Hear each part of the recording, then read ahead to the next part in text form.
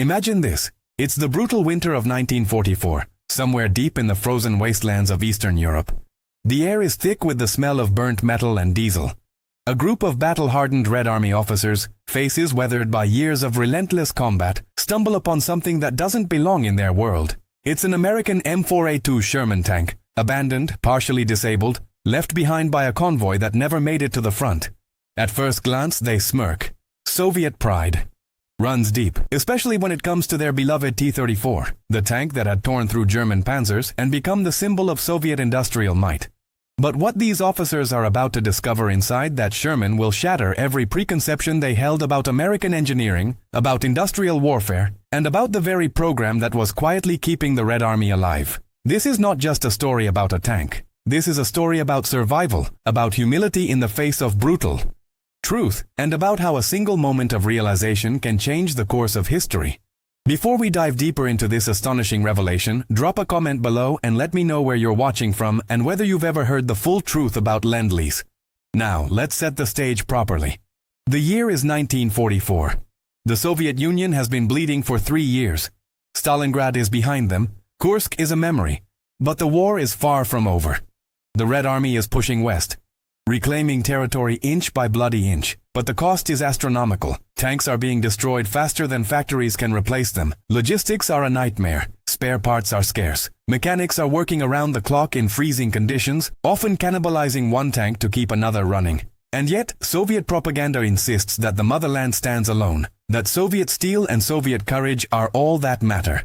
The Lend-Lease program, that massive flow of American and British war material into the USSR, is downplayed, dismissed as trivial, almost insulting to Soviet pride. After all, how could capitalist machinery compare to the revolutionary genius of Soviet engineering? Enter our protagonist, Major Viktor Sokolov. Viktor is not your typical Red Army officer. Yes, he's a decorated tank commander. Yes, he's led his crews through hell and survived. But there's something different about him. Viktor grew up in a small village near the Ural Mountains, the son of a mechanic who worked in one of the first Soviet tractor factories. From childhood, Viktor understood machines, not just as tools of war, but as puzzles, as living systems that demanded respect and understanding. His father taught him a principle that stayed with him through every battle. A good machine is not the one that never breaks, but the one that can be fixed by the men who depend on it. This philosophy made Viktor unusual among his peers. While other officers boasted about kill counts and tactical victories, Viktor obsessed over maintenance logs, over crew survival rates, over the practical realities that kept tanks rolling and men alive. His superiors tolerated this eccentricity because Viktor's units consistently outperformed others, not through reckless aggression, but through meticulous preparation and sustainable combat operations. But Viktor kept his thoughts about Soviet tank design largely to himself.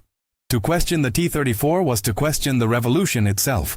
To suggest that the motherland might need help was borderline treasonous. So Viktor watched, learned, and waited. On this particular frozen morning, Viktor and a small group of officers, including the notoriously arrogant Colonel Dmitry Volkov and the cynical Captain Ivan Petrov, are inspecting recently captured territory. Volkov is everything Viktor is not. Bombastic, politically connected, a man who sees the war through the lens of ideology rather than engineering. He's built his career on loudly proclaiming Soviet superiority, on publicly mocking Western contributions, on ensuring that party officials hear his name spoken with reverence. Petrov, meanwhile, is simply exhausted, a man who's seen too much death, too much waste, and has become numb to everything except his own survival. He trusts nothing and no one. When they come across the disabled Sherman, Volkov's reaction is immediate and predictable. He laughs, a harsh, derisive sound that cuts through the cold air. "Look at this. American trash," he announces loudly, making sure every soldier within earshot can hear. "Left behind like a broken toy. This is what the capitalists send us? This is what we're supposed to be grateful for?" The other officers chuckle dutifully. It's safer to laugh with Volkov than to challenge him. But Viktor says nothing. He approaches the Sherman slowly, his eyes taking in every detail. The tank is damaged, yes, hit by artillery, one track blown, but it's not destroyed. And something about it calls to him, whispers to his engineer's mind that there's more here than meets the eye. "Major Sokolov," Volkov calls out with mock concern, "surely you're not actually interested in examining this piece of American scrap metal? Our T-34s would make 5 of these into burning wrecks before breakfast." Viktor turns slowly, his weathered face calm, revealing nothing. "Colonel, with respect, I believe we should inspect what we find. Intelligence comes from understanding, not from assumptions. The words hang in the frozen air. It's a subtle challenge, wrapped in military protocol, but a challenge nonetheless. Volkov's face darkens. He's not accustomed to being questioned, even politely. Understanding? I understand perfectly well, Major. I understand that Soviet engineering is superior. I understand that these Shermans are nothing but rolling coffins that American factory workers threw together while sipping their coffee. I understand that accepting these machines is an embarrassment that propaganda must carefully manage. Petrov interjects, his voice flat and cynical. Why waste time, Victor? It's a disabled tank. Let the salvage crews deal with it. We have actual work to do. But Victor has already made his decision. 5 minutes, Colonel. Allow me 5 minutes to inspect this machine. If I find nothing of value, we move on. But if these tanks are reaching our front lines by the thousands, shouldn't we understand exactly what we're receiving? The silence that follows is tense, palpable. The soldiers standing nearby can feel the conflict brewing, the clash of perspectives, the dangerous dance between ideology and pragmatism. Volkov wants to refuse, wants to pull rank and move on. But he's also aware that other officers are watching, and denying a reasonable request might make him appear afraid of what might be discovered. Fine, he says coldly. 5 minutes, Major. Then we move on, and we don't speak of this again. Victor nods and approaches the Sherman, his boots crunching in the snow. He places his hand on the cold metal hull, feeling the texture, the quality of the welded seams. Already something surprises him. The welds are clean, industrial, consistent. Soviet tanks built in frantic wartime conditions often showed hasty workmanship, rough edges, the scars of desperate production quotas. This is different. This is methodical. He climbs up onto the hull and with some effort, pries open the commander's hatch. The metal moves smoothly despite the damage, the hinges still functioning. He drops down inside. The moment Victor's eyes adjust to the dim interior light filtering through the hatches, his breath catches. This is not what he expected. Not at all. The interior of a T-34 is cramped, brutally utilitarian, a space where men must contort themselves to operate controls, where the driver can barely see, where the lack of space means every movement risks injury, where spent shell casings accumulate underfoot during combat, creating deadly obstacles. But this Sherman interior is spacious. Remarkably so. Victor can stand almost upright in the turret basket. The crew positions are clearly defined, ergonomically designed. There's room to move, room to work, room to survive. His hands move over the controls, and another revelation strikes him. Everything is labeled, clearly, simply, in Russian even, stenciled on by American workers who understood these tanks were going to Soviet crews.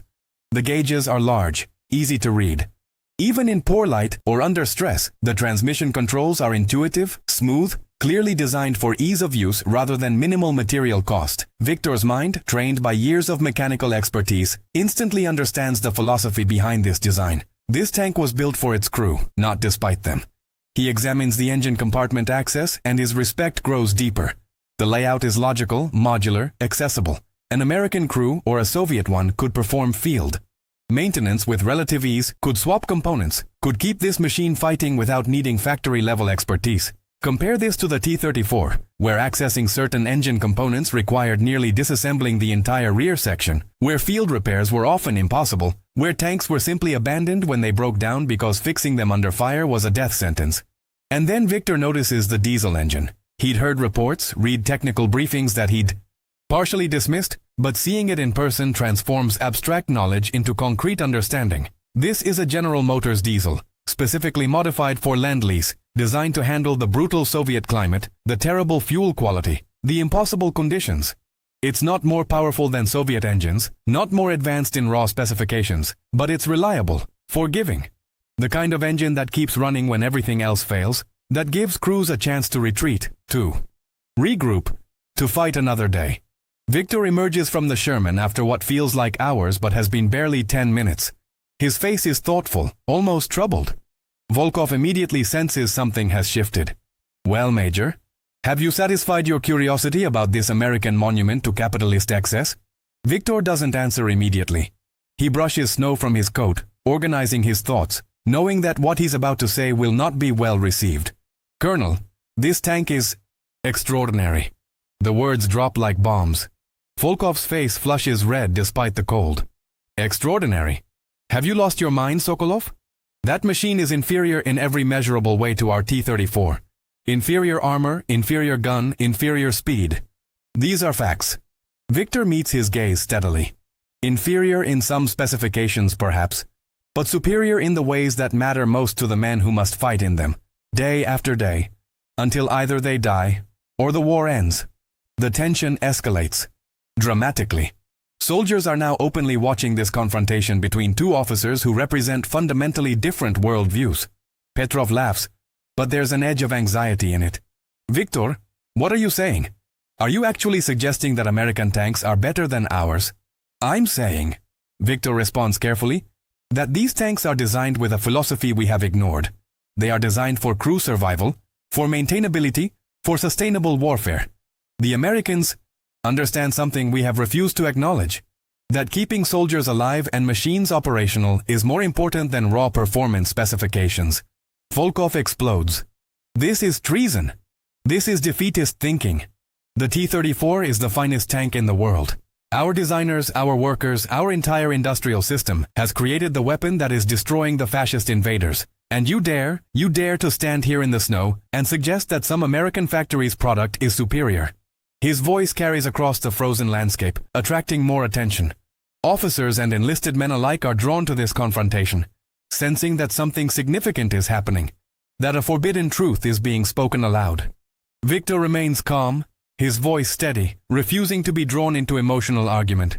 Colonel Volkov, I have commanded tanks in combat for 3 years. I have watched young men burn alive in machines that could not be repaired, that could not retreat, that became their coffins because we prioritized the wrong things. The T-34 is a magnificent weapon. Its design philosophy, its revolutionary sloped armor, its powerful gun, these are genuine achievements. But it was designed for a specific doctrine. Mass production, overwhelming offensive action, accepting catastrophic losses as the price of victory. The Sherman was designed for a different doctrine. Keeping crews alive, maintaining operational readiness, fighting a long war sustainably. Volkov is practically shaking with rage now. You speak of sustainability while our motherland burns, while fascists occupy our cities, while millions die. We need weapons that kill the enemy, not comfortable machines that coddle soldiers. And here Victor makes his move, the verbal strike that will reshape this entire confrontation. Colonel, tell me, how many tanks have you personally commanded in combat? The silence is deafening. Everyone present knows the answer. Volkov is a political officer who has carefully cultivated his military reputation through connections and propaganda, but his actual combat experience is minimal, mostly observational, safely behind the front lines. His face goes from red to white. My role is strategic, administrative. I don't need to personally. I have commanded tanks in 37 separate engagements, Victor continues, his voice still calm but now carrying an undeniable authority. I have pulled burning men from destroyed machines. I have watched crews die not because the enemy was superior, but because their tank broke down and couldn't be fixed, because they couldn't see properly through inadequate vision ports, because spent casings jammed the turret traverse at the critical moment. I have counted the corpses that our design philosophy has created. So when I examine this Sherman and see engineering choices that prioritize crew survival, I recognize it not as American luxury, but as American wisdom. They understand that dead heroes cannot fight tomorrow's battle. The crowd of soldiers is now completely silent, hanging on every word. Captain Petrov, who has remained cynical throughout, suddenly speaks, and his voice carries unexpected emotion. Victor is right. Everyone turns to stare at Petrov. He continues, his voice rough with suppressed pain. I lost my brother at Kursk. His T-34 threw a track during the advance. A simple mechanical failure, the kind that happens in any tank. But in a T-34, you cannot repair a track. Quickly under fire, the crew had two choices: abandon the tank and be shot as cowards, or stay and try to fix it while German guns targeted them. They stayed. They died. All 5 of them, including my little brother, because our magnificent T-34 could not be easily repaired in combat conditions. Petrov's confession hangs in the frozen air like a ghost. Volkov tries to regain control. These are isolated incidents, tragic but inevitable in war. They don't invalidate, but Victor isn't finished. Colonel, there's something else you should know about this Lend-Lease program you so easily dismiss. He gestures to the Sherman, to the frozen landscape around them, to everything the Red Army has been receiving through the Allied supply lines. It's not just tanks. And now the revelations begin to cascade. Layer upon layer of truth that has been suppressed, ignored, dismissed by Soviet pride and propaganda. Viktor's voice takes on a different quality, the tone of a teacher, revealing profound truths to students who have been deliberately kept ignorant. Do you know what keeps our armies moving west, Colonel? American trucks. Hundreds of thousands of Studebaker and Dodge trucks. Our factories produce excellent tanks, yes, but we never developed a truly effective military truck before the war. Without American trucks, our logistics would collapse. Our soldiers would starve. Our ammunition would never reach the front lines. The great Soviet offensives you celebrate in your reports, they roll forward on American wheels. Volkov tries to interrupt, but Viktor doesn't stop. Do you know what keeps our soldiers' feet from freezing in winter? American boots, millions of pairs. Do you know what feeds them? American canned meat, American grain, shipped across oceans at tremendous risk. Do you know what allows our factories to produce the steel for your beloved T-34s? American industrial equipment, American raw materials, American machine tools. The Lend-Lease program isn't charity, and it isn't an insult. It's the economic and industrial bridge that has kept the Soviet Union in this war. The officers and soldiers listening are stunned. Some of this information has been whispered about, but never stated so directly, never acknowledged so openly. Volkov's face is now pale with a mixture of rage and fear. Fear that this truth, once spoken, cannot be suppressed. You're exaggerating. You're distorting the facts to make your point. Soviet industry is performing miracles, Viktor agrees. Absolutely. The evacuation of factories to the Urals, the mobilization of the entire economy, the incredible production numbers, these are genuine Soviet achievements that deserve recognition. But they are not the whole story. Colonel, you've built your career on telling party officials what they want to hear. I understand that. But we are standing in the snow next to a machine that represents a truth you cannot shout down or politicize away. The Soviet Union is not fighting this war alone, and pretending otherwise is not patriotism. It's dangerous delusion. Now Captain Petrov steps forward, and his support of Viktor is explicit, adding weight to the rebellion against Volkov's ideology. I've been to the supply depots, Dmitri. I've seen the mountains of American equipment. I've watched Soviet soldiers weep with gratitude when they receive American rations, because they haven't eaten properly in weeks. I've seen mechanics worship American trucks because they actually start in winter. Viktor isn't betraying the motherland by acknowledging this. You are betraying the truth by denying it. Volkov is cornered now, his worldview collapsing around him, and he lashes out with the only weapon he has left, political threat. This conversation is over. Both of you will report to political command for re-education. Your attitudes constitute defeatism and anti-Soviet agitation. I will ensure. And then comes the moment, the revelation that will completely invert the power dynamic in this confrontation. Viktor reaches into his coat and pulls out a worn leather folder. He opens it carefully, protecting the documents inside from the wind and snow. Colonel Volkov, before you make reports you might regret, there's something you should see. He hands over a photograph. Volkov takes it, his hands shaking with anger and cold. His eyes scan the image, and then his entire body goes rigid. The photograph shows a younger Viktor Sokolov, clearly identifiable, standing next to several American officers in front of a Sherman tank. Everyone is smiling, relaxed. The location is clearly an American military base. The photograph is signed on the back. Volkov reads the signature aloud, his voice barely a whisper. From your friend, General George S. Patton. The revelation detonates like artillery. Every person present understands the implications. Viktor continues, his voice still calm, but now carrying an unmistakable authority that cannot be challenged. In 1942, I was part of a small Soviet military delegation sent to the United States to evaluate Lend-Lease equipment and coordinate logistics. It was classified, kept quiet to avoid undermining public morale. I spent 3 months touring American factories, training facilities, and meeting with their military leaders. General Patton was one of them. He taught me tank tactics that I later used at Kursk. He also taught me something more important. That respecting your equipment and your men is not weakness. It's the foundation of military effectiveness. Volkov is speechless. His entire framework for understanding this situation shattered. Petrov stares at Viktor with new eyes, seeing his friend in a completely different light. But Viktor has more to reveal. I met the workers who built these Shermans. American men and women, factory workers, many of them ordinary people who had never built a tank before Pearl Harbor. They worked triple shifts, knowing that every machine they produced might save a Soviet soldier's life thousands of miles away. They welded Russian language instructions onto control panels. They modified engines to handle Soviet fuel. They did this not because they loved Stalin or communism, but because they understood that fascism threatens everyone. That tyranny anywhere is a danger to freedom everywhere. This Sherman, Colonel Volkov, represents something you cannot comprehend. International. Solidarity built not on ideology but on shared human values. The speech is extraordinary. And Victor's not finished. He turns to address all the soldiers and officers now gathered around this disabled American tank in the frozen wasteland. I have kept silent for too long about what I learned in America because I knew that speaking these truths would be dangerous. But we are winning this war now, pushing the fascists back, and I believe we can afford honesty. This program, this Lend-Lease arrangement, has saved the Soviet Union. Not alone, not as the only factor, but as a critical component. And acknowledging this doesn't diminish Soviet courage or Soviet sacrifice. It honors the complexity of reality. Then Victor adds another layer, another revelation that deepens the emotional and philosophical weight of the moment. There's something else. Inside this Sherman I found something that the crew left behind. He reaches into his coat and pulls out a small battered journal. It's written in English, but I can read enough to understand.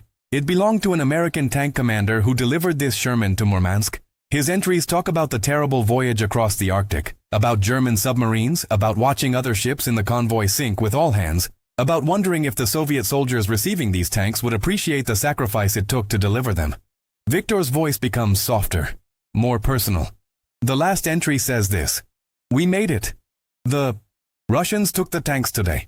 They looked exhausted, but grateful. One of them spoke a little English and said thank you. I told him to stay alive, to make this machine count. I hope he does. I hope this war ends soon and we can all go home." That American tanker made it home, Colonel. I know because Patton told me. But 2 of his crewmates didn't. They died on the return voyage when their ship hit a mine. They gave their lives to bring this tank to Soviet soldiers they would never meet. The emotional impact is overwhelming. Hardened combat veterans, men who have seen unimaginable horror, are visibly moved. Volkov stands completely still, his arrogance and ideology stripped away, leaving only a man confronting truths he has spent years denying. Victor walks over to him, his manner gentle now rather than confrontational. "Dmitri, I know you believe you are serving the motherland by maintaining Soviet pride. I understand that impulse. But pride that requires ignorance is not strength.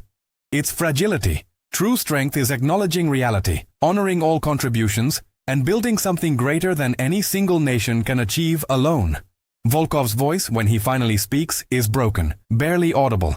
"I have built my entire career on Soviet exceptionalism, on the idea that we alone are responsible for our survival and our victory.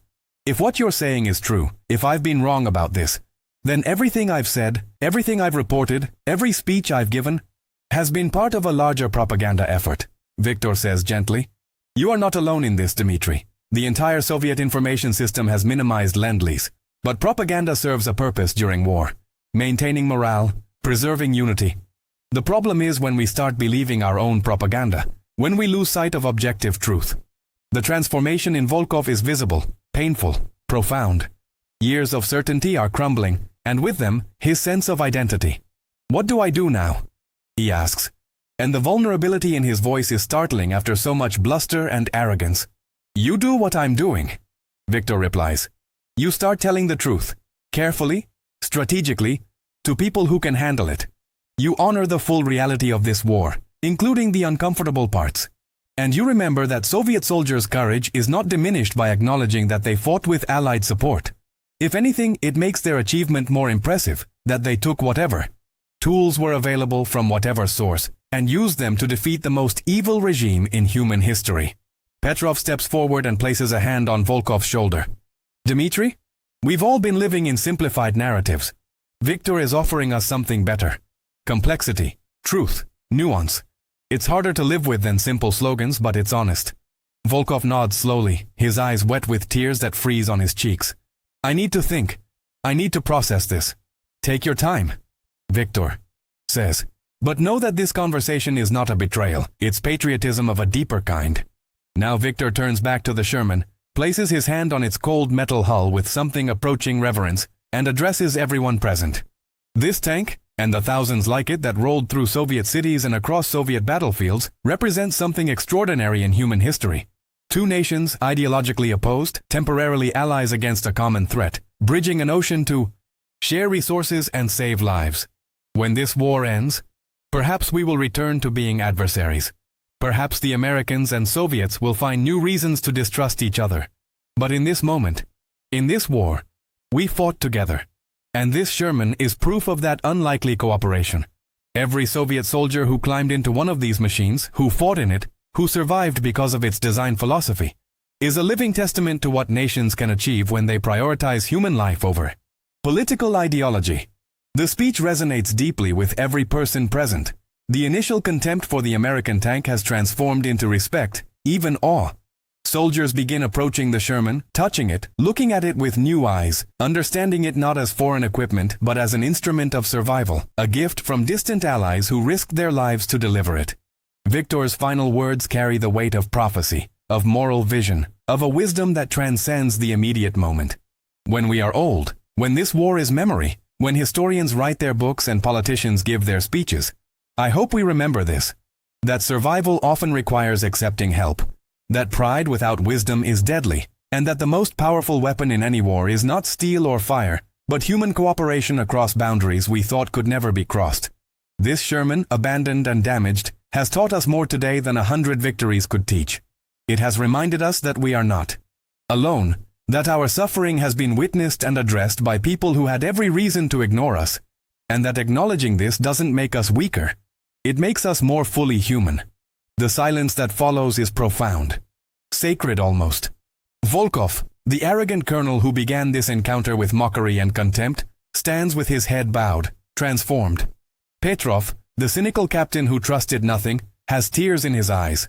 And Victor, the humble major who simply wanted to understand a machine, has become something more, a moral teacher, a bridge between worlds, a man who dared to speak truth to power and found that truth, honestly spoken, is more powerful than any political authority.